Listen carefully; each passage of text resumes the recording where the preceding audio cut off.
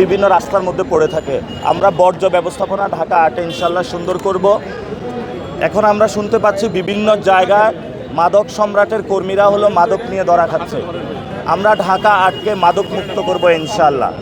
এবং সাথে সাথে এখানে নারীরা আমাদেরকে জানিয়েছেন তাদের বাসায় হলো গ্যাস থাকে না, পানি থাকে না। তো যদি এটা না থাকে তাহলে রান্না করবে কিভাবে? এজন্য হলো আমরা গ্যাস এবং পানি সংকটের সমস্যার সমাধান করব এবং ব্যবসায়ী ভাইদেরকে আমরা নিরাপদে ঢাকা আটে ব্যবসা করার সুযোগ করে দেব। অনেক হকার্স ভাই রয়েছেন, ছিন্নমূল মানুষ রয়েছেন, তাদেরকে আমরা একটা লাইসেন্স দেব। এই লাইসেন্সের অধীনে মাল্টি কমপ্লেক্স আমরা ভবন নির্মাণ করে সেখানে তাদেরকে ভবন নিরাপদ করব এবং তাদেরকে সেখানে বরাদ্দ দিব। তাহলে ব্যবসায়ী যারা হকার্স রয়েছে তাদেরও সুবিধা হলো, মানুষও সেখানে গিয়ে মার্কেট করবে। আমরা মানুষকে কিভাবে একটা সুন্দর জীবন যাপন করা যায় ঢাকা আটে এই প্রতিশ্রুতি দিয়ে যাচ্ছি। তবে আশঙ্কার বিষয় হলো আমাদের ব্যানারগুলো রাতের বেলা হলো ছিঁড়ে ফেলছে তারা, এবং নির্বাচন কমিশনের নিয়ম রয়েছে 20টা বিলবোর্ড লাগাইতে পারবে, এর বেশি লাগানো যাবে না। কিন্তু এখানে ঢাকা আটে একজন মাদক সম্রাট রয়েছেন, উনি শত শত বিলবোর্ড লাগাচ্ছেন। এই টাকাগুলো কই থেকে আসে? মাদক বিক্রির টাকা নাকি চাঁদাবাজির টাকা? আমরা এটা প্রশ্ন রাখতে চাই। এই জন্য আমরা বলবো, জনগণ আমাদেরকে কিছু টাকা দিয়েছে, আমরা ক্রাউড ফান্ডিং করেছি, সেখান থেকে টাকা দিয়ে আমরা অল্প কয়েকটা ব্যানার পোস্টার এগুলো লাগাচ্ছি, এর মধ্যে এগুলো হলো রাতের আধারে তুলে নিয়ে যাচ্ছে।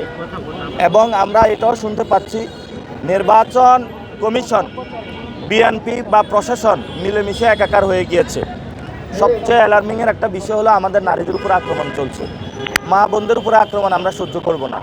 আমরা যথেষ্ট ধৈর্য ধারণ করতেছি এবং 12 তারিখে যারা ইলেকশন ইঞ্জিনিয়ারিং চিন্তা করবে, কেন্দ্র দখলের চিন্তা করব, আমরা ঢাকা আট এবং পুরো বাংলাদেশের জনগণকে ঐক্যবদ্ধ হওয়ার জন্য আহ্বান জানাচ্ছি।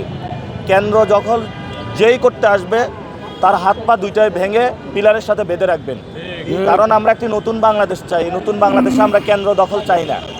এবং 15 বছর ভোট দিতে পারি নাই, আমি নিজেও প্রথমে এবার ভোট দিব। তা আমরা যদি ভোট দিতে গিয়ে দেখি কেউ কেন্দ্র দখল করতে আসছে, আমরা শক্ত হাতে তাদেরকে প্রতিরোধ করবো ইনশাআল্লাহ।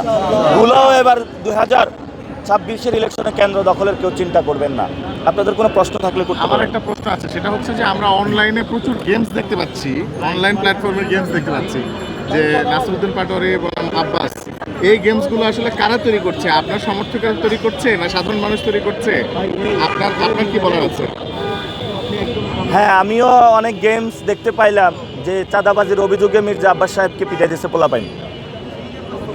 তো এগুলো আমি আসলে নেটের মাধ্যমে দেখতে পাইছি, অনেকে গেম বানাচ্ছে। তো এটা যখন লড়াই শুরু হয় সব জায়গাতেই শুরু হয়ে যায়। যারা মাঠে আসতে পারে না তারা ঘরে এই ধরনের যারা সমাজে চাঁদাবাজি, সন্ত্রাস, মাদক বাণিজ্য থেকে শুরু করে মানুষের উপর অত্যাচার চালিয়ে যাচ্ছে, গেমের মাধ্যমে তাদেরকে প্রতিহত করার চেষ্টা চালাচ্ছে। সর্ব জায়গায় শুরু হয়েছে প্রতিবাদ। ইনশাআল্লাহ 26-এর ইলেকশনের মধ্য দিয়ে বাংলাদেশ থেকে যারা চাঁদাবাজ, সন্ত্রাস, মাদক সম্রাট যারা আছে তাদের ওয়াশ আউট হয়ে যাবে ভোটের মাধ্যমে ইনশাআল্লাহ। আর বড় একটি বিষয়, অনেকে বলে যে আমি বিজয়ী হব। বিজয়ী কে হবে এটা জনগণ ডিসাইড করবে, জনগণ ভোট দিয়ে এটা সিদ্ধান্ত নেবে। কারো বাপের কোনো সাহস নাই, উনি সিদ্ধান্ত নেবে। এজন্য জনগণের হাতে রায় ছেড়ে দিন, জনগণের সিদ্ধান্তের মধ্য দিয়ে ইনশাআল্লাহ আমরা একটি নতুন বাংলাদেশে যাব। জনগণের কাছে কি পরিমাণ আসলে সাড়া পাচ্ছেন দুয়ারে গিয়ে? জনগণের কাছে আলহামদুলিল্লাহ ভালো সাড়া পাচ্ছি। তবে ঢাকা আটে একটা ভালো দিক, শিক্ষিত মানুষ বেশি, মানুষকে অনেকটা টাকা দিতে চায়। মানুষ বলে আপনার টাকা আপনার কাছে রাখুন, এসব 2 নম্বরে টাকা নিব না, এবার ভোট ক্রয় বিক্রয় চলবে না। তো তারা বলছে আমরা স্বতঃস্ফূর্তভাবে যাব, আমাদের সন্তানদের ভোট দেব, যারা আমাদের অধিকারের জন্য লড়াই করেছিল, যারা শেখ হাসিনাকে বাংলাদেশ থেকে বিদায় করেছিল, যারা বাংলাদেশে ইনসাফের রাজত্ব কায়েম করতে চায়, তাদেরকে আমরা ভোট দেব।